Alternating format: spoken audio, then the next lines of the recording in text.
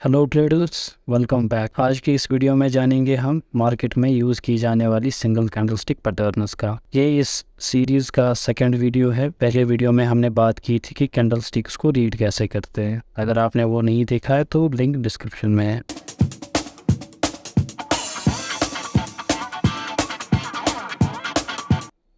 अगर अब हम टाइप्स ऑफ कैंडल्स देखें तो सबसे पहले मारूबुजू आता है। मारूबुजू एक लंबी बॉडी वाला कैंडल होता है जिसकी एक लंबी बॉडी होती है। इसमें जो विक है वो प्रेजेंट नहीं होती या तो छोटी सी विक प्रेजेंट होती है। यहाँ पर जो मैंने एक मारूबुजू कैंडल बनाया है, ग्रीन मारूबुजू, अगर आप देखोगे कि यहाँ पर प्राइस ओपन हुआ है और ये प्राइस सीधे यहाँ तक पहुँचा है और क्लोज हुआ है, इसने कोई विक नहीं बनाई है। दूसरी सिचुएशन में इसने छोटी सी विक बनाई है, ठीक है। और जब रेड कैंडल में भी यहाँ ओपन हुआ है, सीधे प्राइस नीचे आया है, इसकी कोई विक नहीं है या तो छोटी सी विक हो सकती है। मारूबुजू एक स्ट्रॉन्ग कैंडल स्टिक होती है जिस भी साइड ये बने। अगर ये ग्रीन कैंडल बने तो प्राइस के ऊपर जाने के चांसेस बहुत होते हैं। अगर ये रेड बने तो प्राइस के नीचे जाने के चांसेस बहुत ज़्यादा होते हैं। जब मारूबुजू ग्रीन होता है तो हम उसे बुलिश मारूबुजू कहते हैं और जब रेड बनती है तो हम उसे बेयरिश मारूबुजू कहते हैं। ये स्ट्रॉन्ग कैंडलस्टिक पैटर्न है। जब भी एक ग्रीन मारूबुजू बनती है तो उसके बाद एक्सपेक्ट किया जाता है प्राइस जो है ऊपर ही जाएंगे। अगर रेड बनती है तो उसके बाद एक्सपेक्ट किया जाता है कि प्राइस जो है वो नीचे ही जाएंगे। अगर हम अब इसे चार्ट पे समझे तो मैं यहाँ पर देख सकता हूँ कि ये एक कैंडल है जिसकी छोटी सी विक है और एक बड़ी बॉडी है।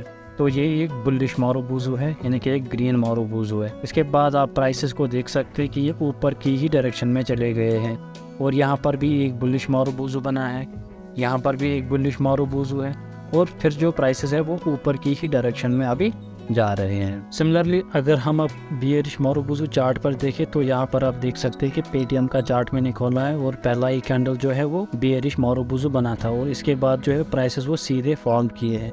यहाँ पर भी एक बियरिश मारूबुजू बना है, यहाँ पर भी एक बियरिश मारूबुजू बना है जिसकी एक छोटी सी विक है। अगर आप यहाँ पर देख सकते हो ये एक बड़ा कैंडल जरूर है लेकिन ये मारूबुजू नहीं है क्योंकि इसकी बड़ी सी विक है। मारूबुजू कैंडल जो होता है उसकी छोटी विक होती है, बड़ी विक नहीं होती है।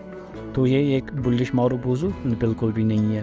और सिमिलरली अगर हम देखें यहाँ पर भी एक मारूबुजू बना है जिसकी छोटी सी विक है। मारूबुजू एक स्ट्रॉन्ग कैंडल होता है जो या तो ट्रेंड कंटिन्यूएशन होता है या ट्रेंड रिवर्सल कैंडल होता है। अगर एक अप ट्रेंड के दरमियान एक बुलिश मारूबुजू बनता है तो प्राइस उसके बाद अप ट्रेंड में ही जाते हैं, यानी कि ऊपर ही जाते हैं। और अगर अप ट्रेंड के दौरान एक बियरिश मारूबुजू बनता है फिर ट्रेंड रिवर्सल भी हो सकता है और प्राइसेस नीचे की डायरेक्शन में भी जा सकते हैं। यानी कि मारूबुजू जो है ये बहुत एक ट्रेंड कंटिन्यूएशन कैंडल भी है और ट्रेंड रिवर्सल कैंडल भी है। जो दूसरी कैंडल स्टिक है उसे हम हैमर कहते हैं। हैमर जो है वो मेरी सबसे ज़्यादा फेवरेट कैंडल है जिसे मैं सबसे ज़्यादा ट्रेड करता हूँ। हैमर जो है ये एक हथौड़े की तरह दिखती है जिसकी एक लॉन्ग लोअर शैडो होती है और एक छोटी सी बॉडी होती है। ये बॉडी ग्रीन भी हो सकती है या रेड हो सकती है। हैमर की या तो एक छोटी सी अपर विक हो सकती है या तो बिल्कुल भी नहीं हो सकती। अगर आप यहाँ पर इमेज में देख सकते हो ये मैंने एक रेड हैमर बनाया है जिसकी कोई अपर विक नहीं है लेकिन जो है लोअर विक है वो बड़ी है। सिमिलरली दूसरे सिचुएशन में इसकी छोटी सी अपर विक है। ग्रीन में भी ऐसा है, या तो ये जो अपर विक है वो प्रेजेंट ही नहीं हो सकती या तो एक छोटी सी विक हो सकती है। हैमर कैंडल स्टिक जो है वो एक bullish reversal candle stick pattern है। जब मार्केट में डाउन ट्रेंड होता है वो डाउन ट्रेंड के बॉटम पे एक हैमर बनता है तो वो साइन करता है ट्रेंड रिवर्सल, यानी कि उसके बाद जो है प्राइसेस ऊपर की डायरेक्शन में जाने लगते हैं। एग्जाम्पल से समझेंगे तो आप देखिए कि एक मार्केट जो है वो नीचे की डायरेक्शन में जा रहा है, नीचे जा रहा है, नीचे जा रहा है, फिर जो यहाँ पर एक हैमर बनता है उसके बाद जो है ना यहाँ पर ट्रेंड रिवर्स हो जाता है, यानी कि उसके बाद जो है कि प्राइसेस ऊपर की डायरेक्शन में जाने लगते हैं। फिर जैसे ही इस हैमर का जो ये हाई है वो ब्रेक होता है तो प्राइसेस जो है वो ऊपर की डायरेक्शन में जाना स्टार्ट करते हैं। हम यहाँ पर कह सकते हैं जो कि एक हैमर होता है वो ट्रेंड रिवर्सल पैटर्न होता है, यानी कि जब भी एक मार्केट डाउन ट्रेंड में होता है और उसके बॉटम पे जो है हैमर बनता है वहां से एक्सपेक्ट किया जाता है कि मार्केट जो है वो बाउंस बैक करेगा, अब वो हायर लेवल्स पर चला जाएगा। अगर हम यहाँ पर चार्ट में देखें तो यहाँ पर जो है प्राइसेस जो है वो नीचे आ रहे थे, फिर यहाँ पर इसके लो पे जो है एक हैमर बना है, फिर यही से जो है वो प्राइसेस की अप रैली शुरू हुई है। सिमिलरली अगर हम पीछे जाए यहाँ पर तो यहाँ पर भी एक हैमर बना है जिसके बाद जो है प्राइसेस वो ऊपर की डायरेक्शन में गए हैं। और सिमिलरली यहाँ पर भी एक हैमर बना है, जब प्राइस नीचे आया है नीचे एक हैमर बना है तो वो ऊपर की डायरेक्शन में फिर मूव इसने किया है। तो हैमर अगर किसी भी टाइम फ्रेम में बने 5 मिनट, 1 वीक, डेज, तो ये 70 to 80% टाइम्स वर्क करता है। जैसे इसका हाई ब्रेक होता है, आपको बाई करना चाहिए और अपसाइड के ट्रेड में आपको स्टे करना चाहिए अनटिल आपका प्रॉफिट बुक हो जाए और आपका मैक्सिमम जो है प्रॉफिट बुक हो जाए। तो हम कह सकते हैं यहाँ पर फिर से मैं रिपीट करता हूँ, जो कि एक हैमर होता है वो एक बुलिश ट्रेंड रिवर्सल पैटर्न होता है। यानी कि जब भी डाउन ट्रेंड में एक मार्केट होता है, उसके बॉटम पे एक हैमर बनता है, तो उसके बाद एक्सपेक्ट किया जाता है जो प्राइसेस है वो ऊपर की डायरेक्शन में जाएंगी। यहाँ पर आपको और एक बात याद रखनी है कि जब भी मार्केट डाउन ट्रेंड में होगा, फिर सपोर्ट पर जो है वो हैमर बन रहा है तो वर्क कर रहा है। अगर आप नॉर्मली मार्केट में देखोगे, जैसे इस जगह आप देख सकते हो कि यहाँ पर एक कैंडल बना है जो कि हैमर है, और ये जो हैमर है वो हाईएस्ट पे बना है, रेजिस्टेंस के नज़दीक बना है। ये यहाँ पर काम नहीं करेगा कि आप बाई करोगे तो ये ऊपर जाएगा। मैंने कहा कि जब एक हैमर बनता है वो सपोर्ट पे बनता है, और जब एक ट्रेंड जो है वो डाउन ट्रेंड होता है या डाउन मूव होता है, वहाँ पर जब हैमर बनता है सपोर्ट पे तो वो वर्क करता है।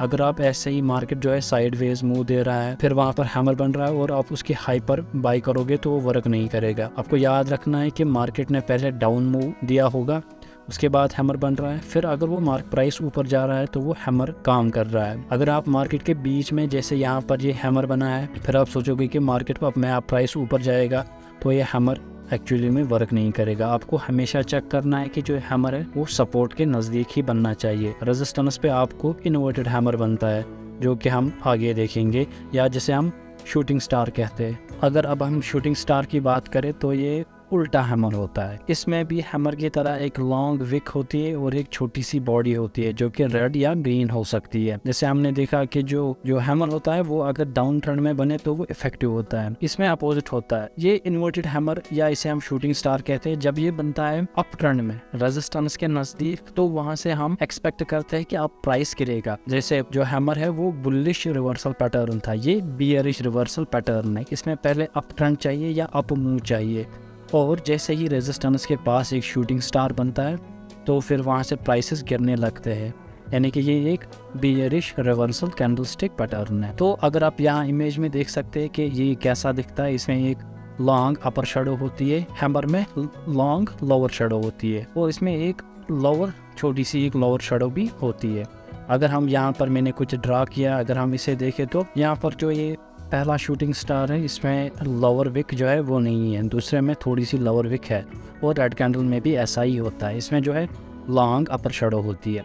ये हमें दिखाता है कि जो पहले प्राइस है वो ऊपर तक गया है, यानी कि इसने एक हाई बनाया है, लेकिन वहाँ पर वो सस्टेन नहीं कर पाया, फिर इसे सेलर्स ने वापस जो है नीचे लाया है।